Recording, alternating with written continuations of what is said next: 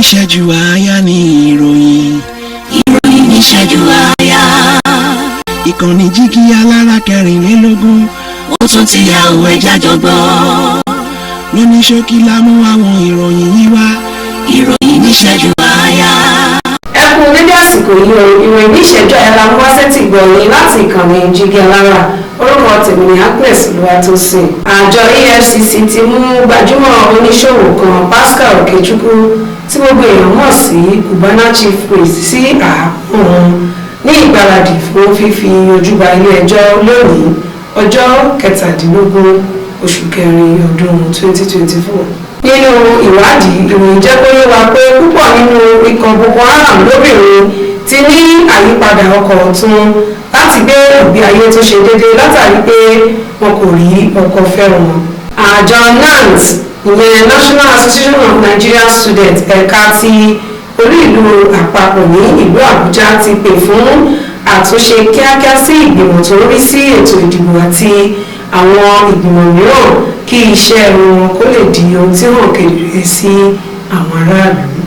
àwọn agbébọn ti pa akọ̀wé ẹgbẹ́ òṣèlú PDP ní agbègbè ìjọba ìbílẹ̀ Táfẹ́ ní ìpínlẹ̀ Zamfara, wọ́n sì tún pa àwọn 26 kan ní ìpínlẹ̀ Benue. àwọn olùṣàkóso ilé ìwòsàn UCH ní ìlú Ìbàdàn ti ṣàtúnṣe sí ẹ̀sùn tí wọ́n fi kàn wọ́n pé àwọn ajìjàǹgbara fún òmìnira orílẹ̀-èdè Yorùbá ìyẹn Yorùbá Nation Agitators ń lo ọgbà ìwòsàn wọn gẹ́gẹ́ bí ibi ìhámọ́ra wọn. gómìnà ìpínlẹ̀ Kebbi Comrade Nasiru Idris ti ṣàtẹnumọ́ sí ìfọwọ́sowọ́pọ̀ ìṣàkóso rẹ̀ sí gbígbé ìlànà ètò eré ìdárayá sókè ní ìpínlẹ̀ náà.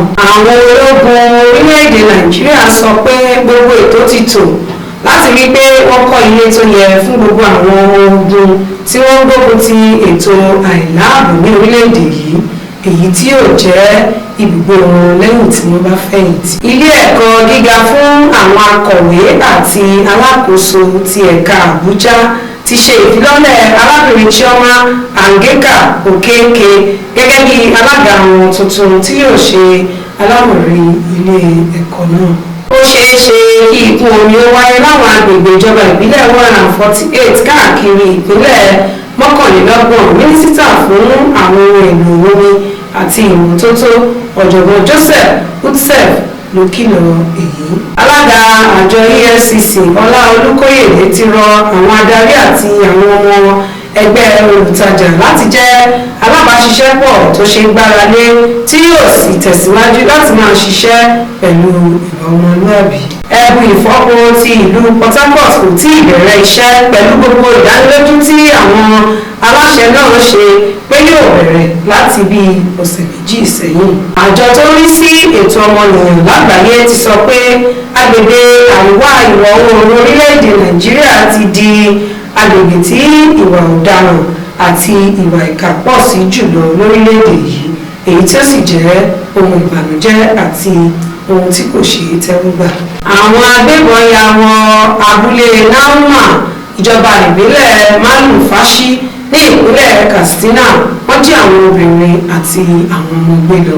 inú fu àyàfu ni àwọn èèyàn orílẹ̀-èdè Iran wà báyìí látàrí ìkọlù tí ikọ̀ ọmọ ogun Islamic Revolutionary Guards Corps ṣe sí Israeli ní òpin ọ̀sẹ̀ tó kọjá, tí wọ́n sì mọ̀ pé Israeli yóò ṣe ìkọlù tiwọn padà. ẹgbẹ́ òṣèlú APC ti ìpínlẹ̀ Kaduna ti sọ pé kò sí ètò láti dá Nasiru El-Rufai dúró, ẹni tí ń ṣe gómìnà tẹ́lẹ̀ rí ìpínlẹ̀ náà.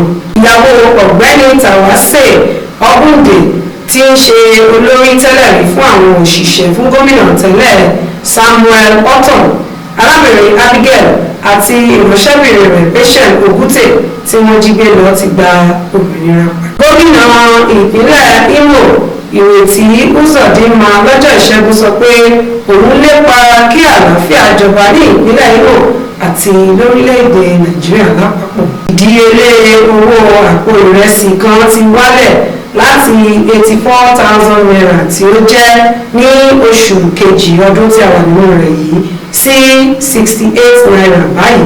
ní ìlú Àbújá.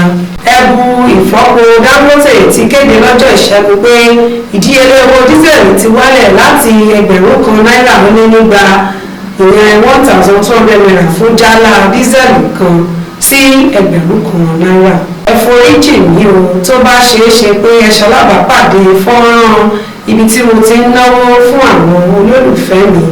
Gbajúmọ̀ olórin tàkasúfèé Habib Kìkíọlá tí wọ́n bèèrè mọ̀ sí Portable lọ́ra wẹ́ẹ̀bù sí àjọ EFCC níbi fọ́nrán tí ó fi léde lórí ìtàkùn Instagram rẹ̀ lọ́jọ́rú. Ìròyìn fún ìṣẹ́jú ayé àtòrí òní jù báyìí lọ lẹ́ẹ̀kan sí orúkọ tèmi Agnes Olúwatósìn Ẹ̀máyáṣẹ́. Ní ìṣẹ́jú àáyá ni ìròyìn. Ìròyìn ní ìṣẹ́jú àáyá. Ìkànnì Jígí Alára 24. Ó tún ti yá òwe jájọgbọ́. Lóní ṣókí la mú àwọn ìròyìn yìí wá. Ìròyìn ní ìṣẹ́jú àáyá.